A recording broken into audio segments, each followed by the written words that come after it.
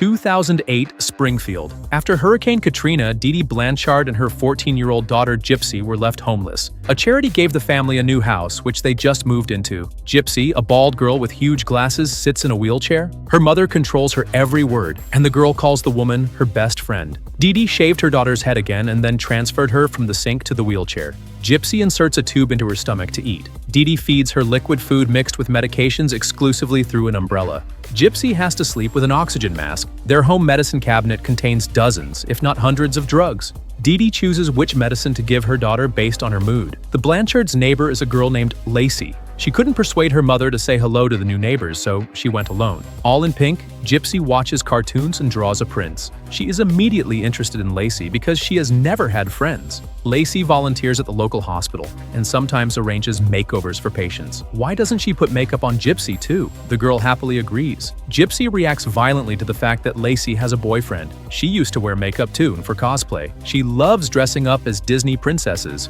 Dee Dee watches the process tensely from around the corner. Gypsy is delighted with her makeup, but her mother immediately wets a rag and demands that she wash this nasty thing off her face. "You're too young for this plaster," says Dee Dee. Gypsy's eyes well up with tears. She wants to be like everyone else, but her mother won't let her. The next day, Dee Dee and her daughter went out to say hello to Lacey and her boyfriend. Lacey's mom is Mel, and the other neighbor is Shelley. Dee Dee tells her that her daughter had her submandibular glands removed. She has epilepsy, paraplegia, a heart murmur, and anemia. According to Dee Dee, her daughter will never be able to take care of herself. Lacey offers her new neighbor a cola, but Dee Dee immediately exclaims that Gypsy is allergic to sugar. At home, she tells her child about the horrors of anaphylactic shock that can happen if she takes even a sip of soda. Dee Dee brought her daughter to the mall to buy her another pink thing. Gypsy asks for a pendant, but Dee Dee says that she needs to steal it while no one is looking. Gypsy rushes her and Mel becomes a witness to the crime. Dee Dee is worried that her neighbor might call the police and wants to talk to her, but Shelley is visiting. The neighbors built a house for the disabled girl and her mother,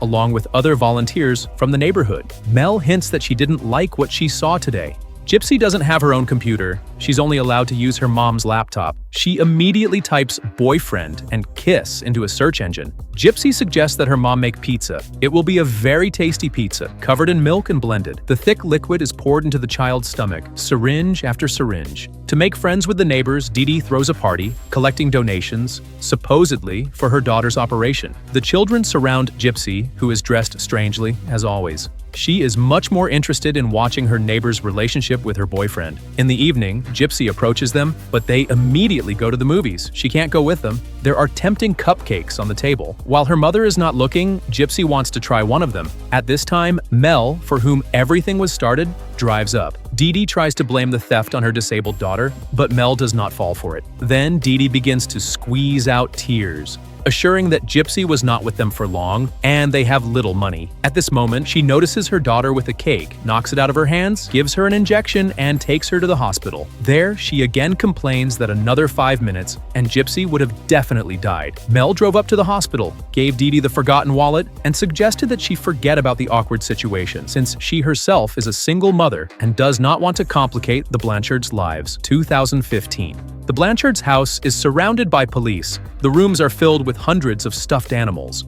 A detective finds Dee Dee Blanchard murdered in Gypsy's bed with multiple stab wounds, and Gypsy herself is nowhere to be found. 2008. Before bed, Dee Dee, as always, makes out with her daughter and then takes Sanaki. She received a check for $1,500 and sleeps with her daughter in the same bed.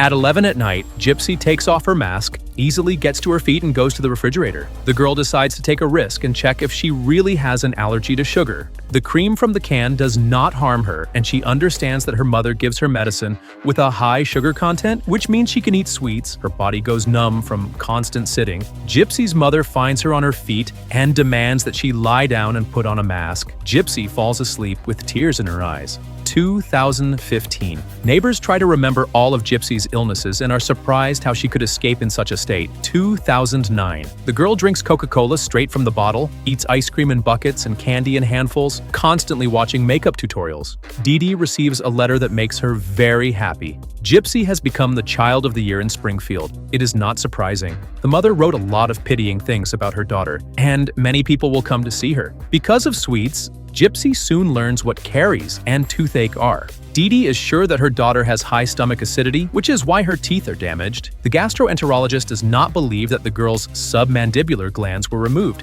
since she swallows quite well, and the tube from her stomach can be removed. Gypsy is happy, but her mother will sooner find another, more accommodating doctor. In the end, the woman prescribes medication for high acidity for the child. She later asks the pediatrician whether at least one of the girl's illnesses was confirmed due to her huge medical record. Back in the waiting room, Dee Dee steals a stack of prescription forms.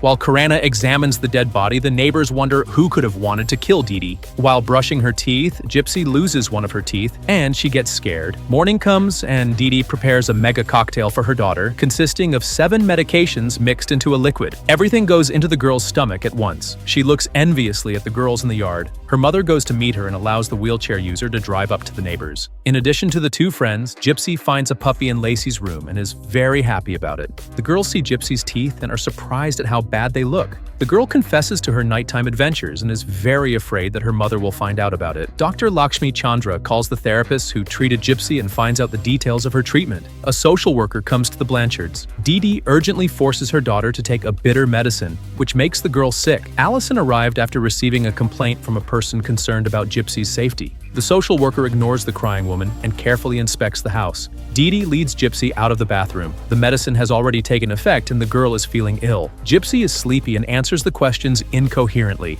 Her mother watches her tensely, the stolen forms forgotten on the table. She was told that the title to the house and its insurance were registered to different people. As with Gypsy's old medical records, Dee Dee blamed it all on Hurricane Katrina, claiming that there was a mix-up with the paperwork after the disaster. The visit from the social worker was very stressful for Dee Dee. She covers the windows with translucent film so that no one could look inside. The woman suspects Meg and again tries to evoke pity from her. The neighbor assures that it was not her. Gypsy arrived at the dentist. After being given a sleeping pill, the girl learned that she would not be getting her teeth treated, but simply having them removed. She was very upset and began to cry. When Gypsy came to, she was already at home with a swollen face. Going to the mirror, she realized that she no longer had teeth. While bathing, she sat in the bathtub and cried bitterly.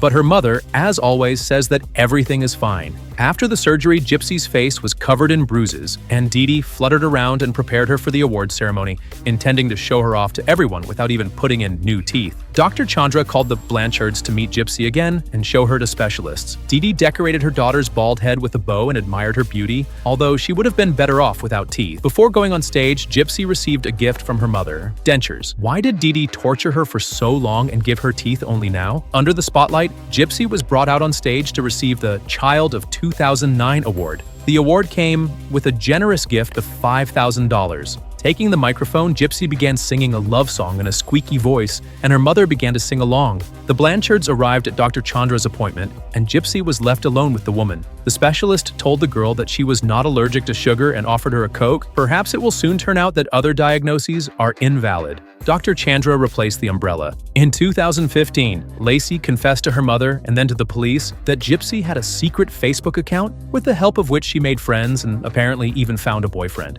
Gypsy puts the unnecessary toy on the bed. She no longer wants to sing along with her mother and locks herself in her room. Dear viewers, if you're interested in the continuation of the story about the healthy family relationship of Gypsy Blanchard and her mother, please let us know in the comments. See you soon.